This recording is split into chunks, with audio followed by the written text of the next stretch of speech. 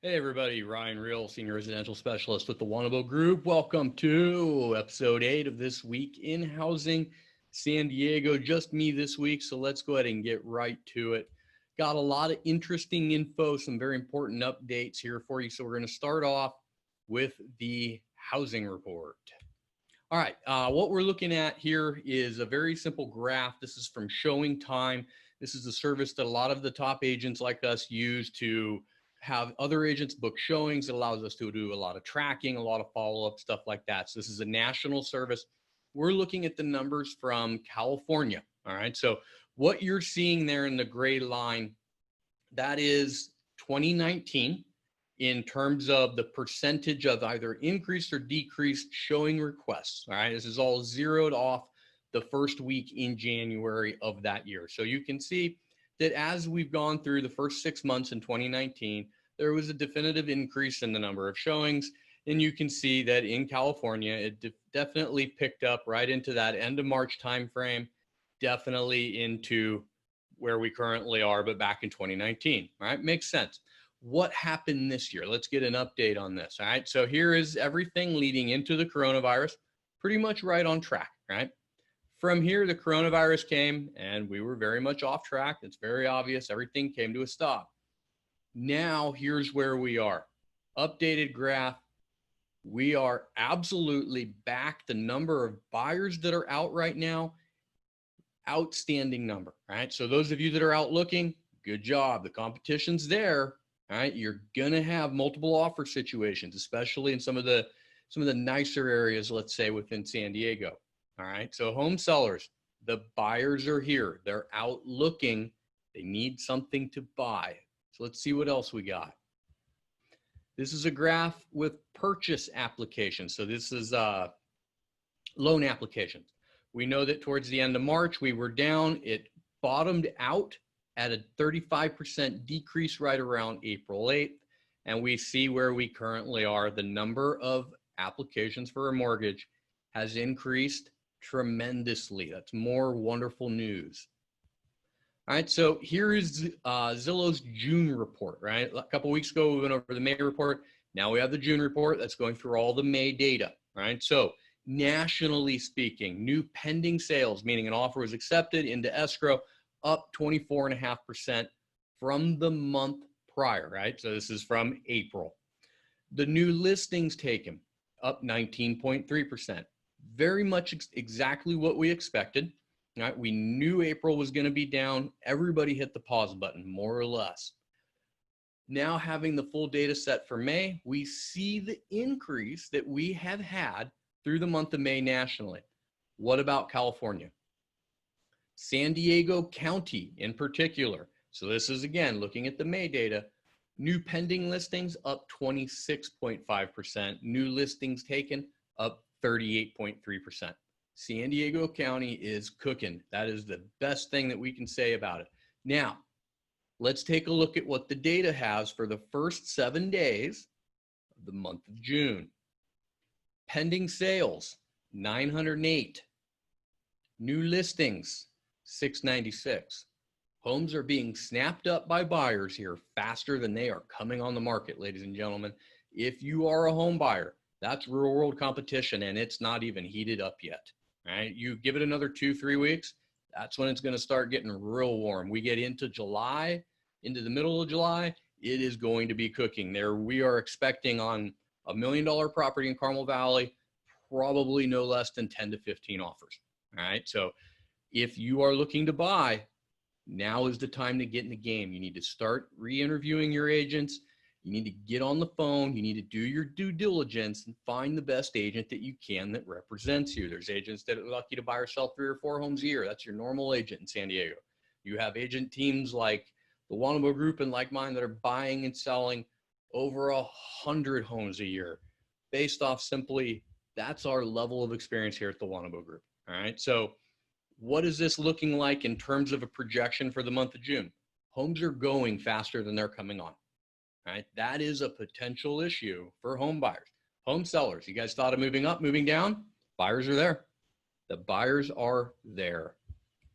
All right, so here's a newer graph, let's say, of projected home pricing. All right, so we're looking at 6 different sources. So the Home Price Expectation Survey, Mortgage Bankers Association, Zelman Associates, Fannie Mae, Freddie Mac, and the National Association of Realtors.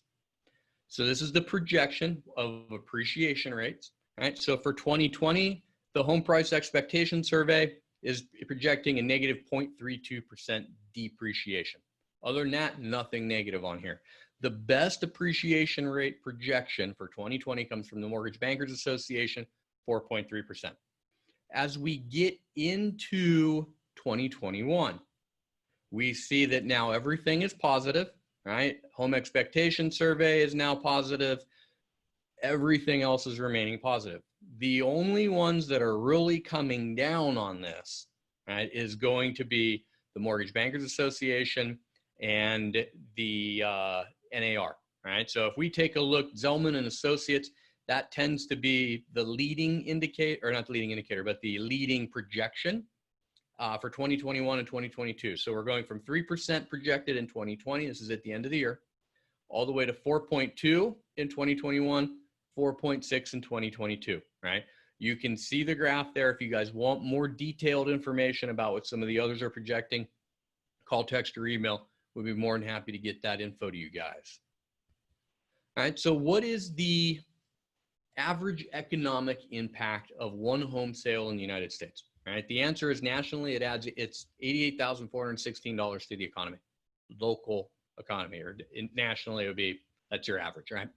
Looking at California specifically, it adds $171,000 to the local economy, right? This is why one of the reasons that I've been saying for the last 8 weeks or longer, quite frankly, housing is in a position to lead the recovery. This is one of the main reasons of why, right? Now we have some quantifiable numbers for you guys, right? If we take a look at the breakdown of it, right? Income generated from real estate industries, 24,471 is the total impact. Add that up to expenditure related purchases for the home. It's another $4,600. Add that to a multiplier of housing related expenditures, anything that goes into the house, other supplemental things, $14,000. New home construction, $45,000. There you go, ladies and gentlemen. That's the math with what a sale of a home is doing for the economy. All right, so NAR calculated the total economic impact of real estate related industries on the state economy, as well as the expenditures that result from a single home sale, including aspects like home construction costs, real estate brokerage, mortgage lending, and title insurance.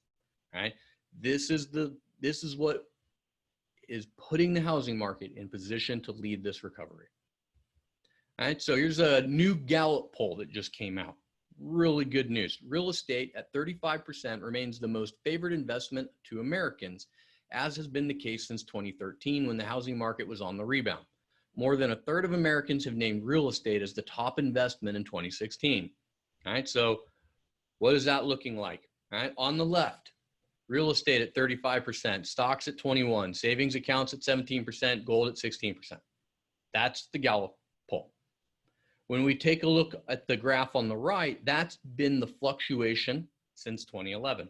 We see that Americans have had a tremendous amount of confidence in housing, far more so than either stocks, savings accounts, or gold. Right? There's the data for you, ladies and gentlemen, right there. All right, so this is looking at a Concentrix analytics study, non-financial benefits of homeownership. All right, we've covered the financial ones. Here's the non-financial. 93% of the people polled said owning a home made them happier. I'm down with being happier. 88% agreed that buying a home was the best decision they've ever made.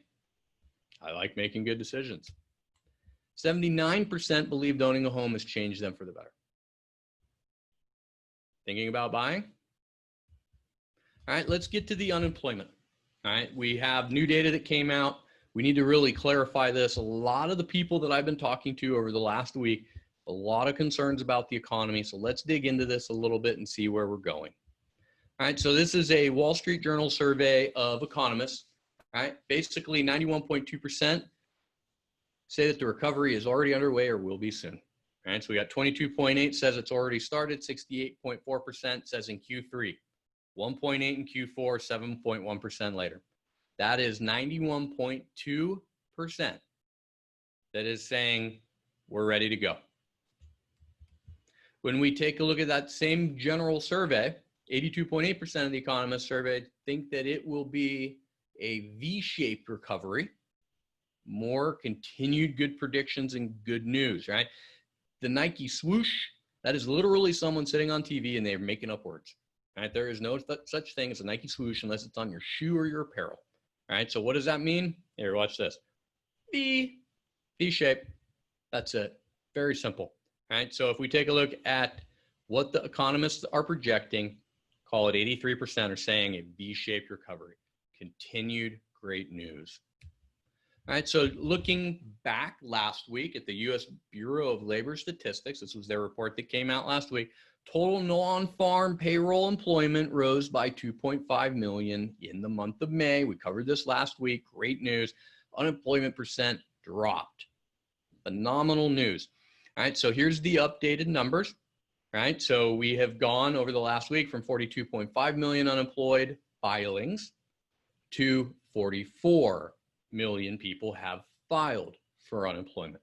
When we look at the number of people collecting the insurance, we see that we ticked down by approximately 100,000 people over the last week. All right, so you see the difference between the filings and the people that are actually collecting. When we take a look at the jobs, those 2.5 million jobs, right? CNBC said the May gain was by far the biggest one-month jobs surge, not surgeon, there's my misspelling for the week, in U.S. history since at least 1939. All right, so we covered this last week. 1.4 million are back in the food and drink industry. 464K in construction, 424 in education and health services, 368 in retail, which is a big number. Everybody was concerned about that. All right, we're still down with hotels and the government jobs, federal, county, city, and state, all down. Right? We know that hotels are going to come back. It's just going to be a function of when people are comfortable traveling and staying in a hotel. All right, so digging further into the report, we covered this last week, but I feel it's really worth going over again. 13% unemployment. Those are real families that are truly being impacted by this. The glass half full side of that is 87% of the country is employed and getting after it on a daily basis to bring the economy back. When we take a look at the people that have or that are currently unemployed, when they were polled and asked, is this permanent or temporary, 81% said temporary, 19% said permanent. Right? That has shifted. Shifted last week. It was approximately 90-10 in that ballpark. We're now at about 80-20. All right, so that's continuing to move. We'll keep an eye on this. All right, so now, the very end of the day last Friday, they came out and said there was a misclassification with the unemployment report, to which not a whole lot of people knew what the heck that was even talking about. So let's dig into what that means, right? So some workers who should have been classified as temporarily unemployed during the shutdown were instead misclassified as employed, but absent for other reasons. All right, so other reasons, usually people taking leave to go on vacation, jury duty, taking care of a child or a relative. All right, so what does this do to our numbers? All right, take a look on the left, the dark blue. Those are the numbers that are not corrected. No misclassification error here. All right, so 3.6, 3.5, 4.4 in March, 14.7 in April, 13.3 in May. If we add on top the people that were misclassified and just straight call them unemployed, we go to 5.4% in March, 19.7% in April, 16.3% in May. Doesn't look too good, right? That's a scarier picture. Like, hey, hang on a minute, buddy. You were just telling us that, hey, we're good. We just gained jobs, etc. We did, right? But let's take a look deeper into these numbers, right? If we say, okay, cool. You know what? Unemployment was 19.7%. Now it's 16.3%. Okay, cool. We had a 3.4% drop instead of a 1.4% drop in unemployment last month. Still a win.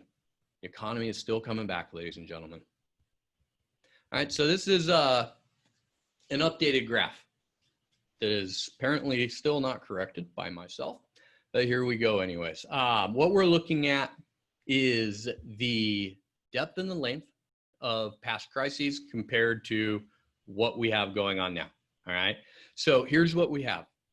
We know that the Great Depression, which is the red line, had a lot of depth. We got down to 25% unemployment, and it lasted 12 years.